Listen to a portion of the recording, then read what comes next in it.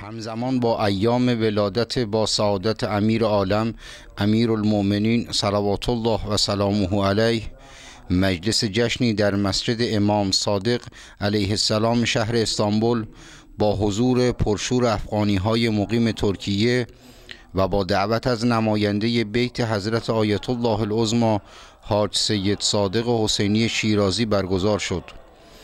حجت الاسلام و المسلمین شیخ جلال معاش نماینده بیت آیت الله العظمی شیرازی طی سخنان خود ابتدا سلام ایشان را به حضار ابلاغ کرد و در ادامه توصیه های اخلاقی این مرجع بزرگ و فقیه شیعه را در مورد اهمیت دادن به نسل جوان در بین حضار که اکثرا از جوانان افغانی بودند تشریح کرد. ایشان همچنین به مناسبت ولادت امیر المؤمنین گوشه‌هایی از تاریخ زندگانی آن حضرت را برای جوانان مطرح کرد و افزودند حکومت امیر المؤمنین باید سرمشق تمام حاکمان قرار گیرد.